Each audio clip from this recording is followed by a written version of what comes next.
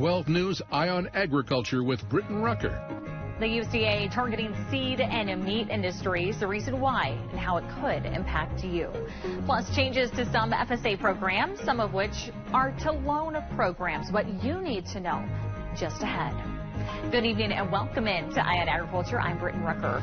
The Kansas Forest Service is warning of an increase of fire danger as we can continue to see extremely dry conditions as we head into the fall and continue to see no moisture. Officials with the Forest Service are asking farmers to double check all equipment and even asking some to stop harvest from sparking fires. Fires can be very aggressive, hard to stop. This is a great time to review your equipment, make sure everything's fine-tuned, both firefighting apparatus and then farming equipment. This might not be a bad time to just kind of pause and stay out of the field. I know multiple locations over the last several weeks have asked people to stop harvesting on the days with high winds because they were getting so many fire starts. The agency says fire season has just started and asks that you remain vigilant and preventing avoidable fires.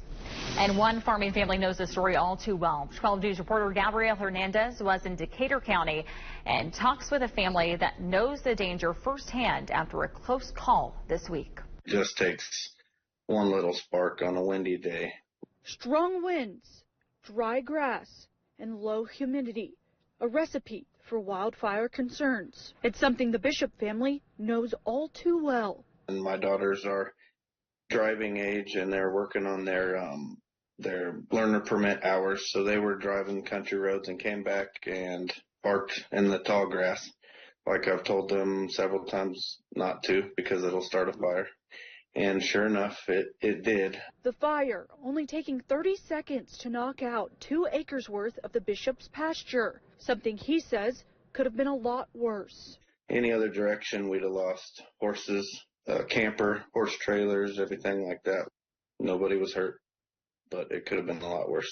I spoke with the McPherson Fire Department, echoing the importance of increased fire warnings and what people should be aware of. Try not to do burns. Watch out. Go check your live or controlled burns that they've done previously this week. Make sure no fire pits are going, burning trash. Cigarettes is a big thing too, of not flicking them out on the interstates or flicking them out anywhere that could possibly start a fire.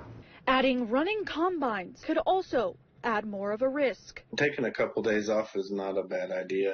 It's going to save you money in the long run if you lose everything to a fire. When it's as dry as it is, coupled with the wind, it's a recipe for disaster.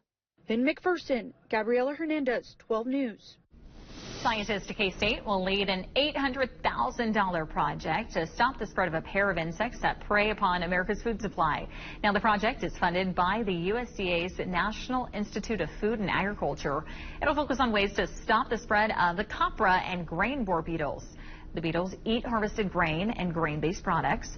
The project will focus on new remote trapping devices and new fumigants specifically to combat the pest. The 5-year project began this summer and will continue through 2029. The USDA aiming to boost fair competition and lower food prices by targeting seed and meat industries. Now, these actions are part of the Biden-Harris administration's efforts to open new markets for farmers, provide more competitive choices, and lower food costs for consumers while supporting small businesses and family farms.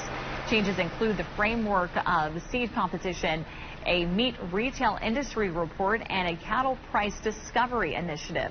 USDA says it will continue its investigative study and seek public input on potential next steps to ensure fair competition in the agricultural sector. Still ahead on Eye on Agriculture, we'll take a look at an innovative program that is helping America's farm workers become farm owners. Stick around.